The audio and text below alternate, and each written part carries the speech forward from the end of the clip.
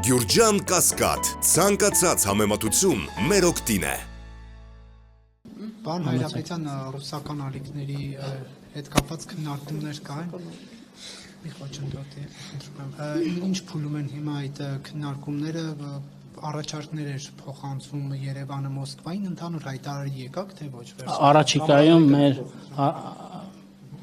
Ոչինչ կամերաները Առաջիկայում դժվար կլինի, բայց շատ լավ։ Առաջիկայում մենք ընդհանրապես համաձայնագրի վերաբերյալ մեր պատկերացումները մենք բարբերաբար պատկերացումներով կիսվում ենք ռուս գործընկերների հետ եւ այդ երկխոսությունը շարունակվելու է ամենայն հավանականությամբ Երևանյան հանդիպմամբ մենք հրավիրել ենք մեր գործընկերներին աշխատանքային քննարկում ունենալ Երևանում, որտեղ շատ կոնկրետ առաջարկներ ենք ներկայացնելու եւ այդ քննարկումների արդյունքում բարձ կլինի, թե համաձայնագրի որ դրույթները ինչպես կարող ենք վերախմբագրել։ Համաձայնագրի Դուք ինչպես եք առաջարկում որ պահը խմբագրել, որովհետև այնտեղ միայն նշում էր, որ չպետք է կներեք Ելնելով ներողություն, հետո կլսեմ ձեզ պոլիտկորեկտությունից, այդուհանդերձ հիմա ես չեմ կարող դետալային քննարկում ունենալ հանրային հրապարակային ձևաչափով, բայց երբ մեր գործընկերների հետ վերջնականացնենք մեր պատկերացումները ընդհանրապես համաձայնագրի վերաբերյալ, նաև հրապարակային հայտարարությամբ հանդես կգամ։ Պարոն Հայրապետյան, այսինքն համաձայնագիրը պարտադիր կվերանայվի, թե դա երկկողմ քննարկումների արդյունքում կորոշվի եւ եթե վերանայվի դա ավարտեմ շարունակեմ եւ եթե վերանայվի դա կլուծի են խնդիրները, որոնց մասին բազմաթիվ անգամներ բարձրաձայնել եք կապված հեռարձակվող Նպատակը իհարկե դա է, այսինքն նպատակն այն է, որ մենք ունենանք այնպիսի համաձայնագրիր, որը ճիշտ կհասցեագրի խնդիրները եւ կբացառի այնպիսի կոնտենտ, որը նախկինում խնդրահարույց է համարվել մեր կողմից։ Այսինքն այս երկխոսության դիալոգի նպատակը հենց դա է, այսինքն մեր առաջարկները միտված են նրան, որ ունենանք այնպիսի համաձայնագիր, որտեղ որևէ բաց չի լինի եւ բոլոր խնդիրները իրենց հետևանքներով հասցեագրվի։ Վերանայելու մասով կվերանայվի միանշանակ է դա, թե պետք է քննարկեք դա Հայկական կողմի դիրքորոշումը դա է։ որ պետք է վերանայվի։ Պարոն Հայրապետյան, իսկ ռուսական հեռուստաալիքները հանրային մուլտիպլեքսից ընդհանրապես հանելու հարց ինչու չի դրվում։ Ինչու է հայկական մուլտիպլեքսը ռուսական հեռուստաալիքները։ Որովհետև 2020 թվականի վերջին Հայաստանը 7 տարով տվել է լիցենզիա եւ գոյություն ունի երկու կողմերի կառավարությունների միջև ստորագրված փաստաթուղթ։ Եթե խանգարում պարոն Հայրապետյան գնեք, բայց այդ նույն բանով նաև պետք է ճիշտ է, մեր համեկը մի բան չի, բայց նաև պետք է դրա շրջանակներում Ռուսաստանում հեռարձակվել Հայաստանի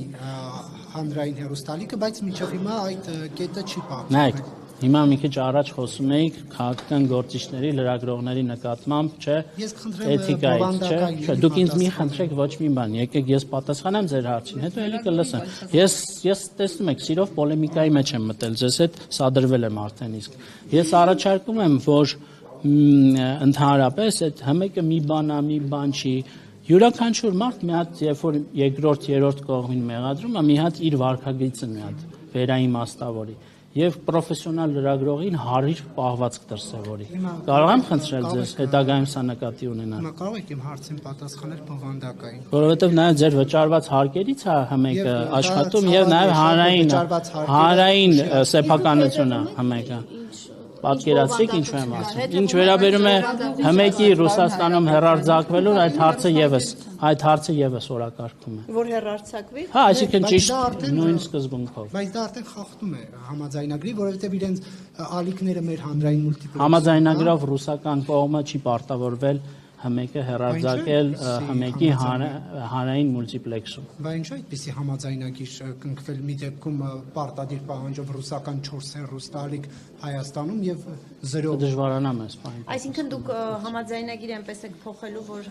հանրային հեռուստաընկերությունը այնտեղ վերահարց։ Ես նման բան չասացի։ Ես միայն ասում եմ մեր դիրքորոշումը ինչպիսին է, այսինքն մենք համարում ենք, որ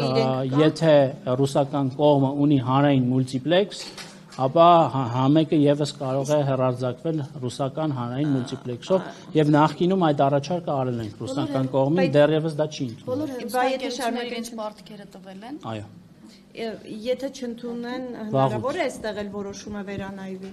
Այսինքն եթե շարունակենք ընդուն այդ Դա ես հիմա չեմ կարող ասել։ Իսկ հնարավոր է 7 տարի նրանալուց հետո ընդհանրապես որոշվի, որ պետք չի հանրային մուլտիպլեքսում ռուսական քարոզչամիջոցներ լինեն։ Ոչ թե ռուսական, այլ որևէ այլ երկրի ոչ թե քարոզչամիջոց ես անվանեմ, դուք դա անվանեցիք, այլ որևէ հեռուստաալիք, այո, հնարավոր է, իհարկե։ Դա կյանքը ցույց կտա 2027-ի վերջին, երբ ավարտվի համաձայնագիրը, այդ ժամանակ արդեն հստակ կլինի։ Եվ պարոն Հայրապետյան, դուք սրտացավորեն մոտեցաք հանրային հեռուստաընկերության բովանդակությանը, դուք հետևում եք ձեզ որպես հարկատու, որպես քաղաքացի, ՀՄԷԿ-ի արտադրանքը, այդ շեշտադրումները բավարարում են։ Ոչ շեշտադրումը։ Դե թե ինչպես են օրհասական խնդիրներն օրինակ լուսաբանում, օրինակ որ նայում ես լրատվական գլխավոր թողարկումը եւ այնտեղ չկա գերիների Բաքվում պահվող գերիների հետ կապված ընդհանրապես անդրադարձ, բայց օրինակ կա Սիրիայում կամ այլ երկրում տեղի ունեցող իրադարձություններին անդրադարձ։ Դե եթե նման մտահոգություններ կան, իսվեք մեզ հետ, ես պատրաստակամություն եմ հայտնում հանրային հեռարձակողի խորհրդի հետ, որը